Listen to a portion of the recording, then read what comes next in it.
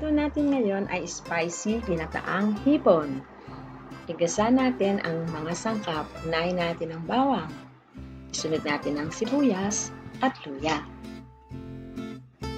Kapag nagpa-brown na ang bawang at luto na ang sibuyas at luya, ilagay na natin ang labuyo. Pwede din naman yung siling green na panigang. Pero dahil wala ako ngayon dito na siling green, kaya yung labuyo na lang. Kapag nagisa na natin lahat ng sangkap, ay ibuhos na natin ang gata.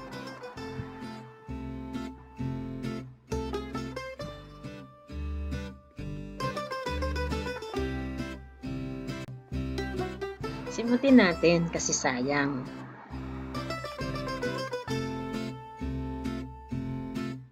Pakuluin lang natin. At pagkatapos, pakuluin ng ilang minuto. Tapos, ilagay na natin yung hipon. Haluin natin mabuti yung hipon para maglasa sa gata. Hanggang sa maluto na siya. Haluin na natin. Then, takpan at pakuluin ng ilang minuto.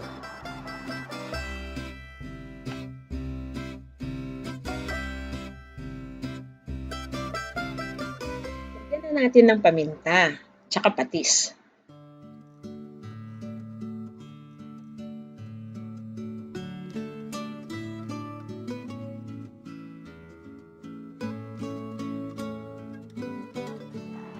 Ayan.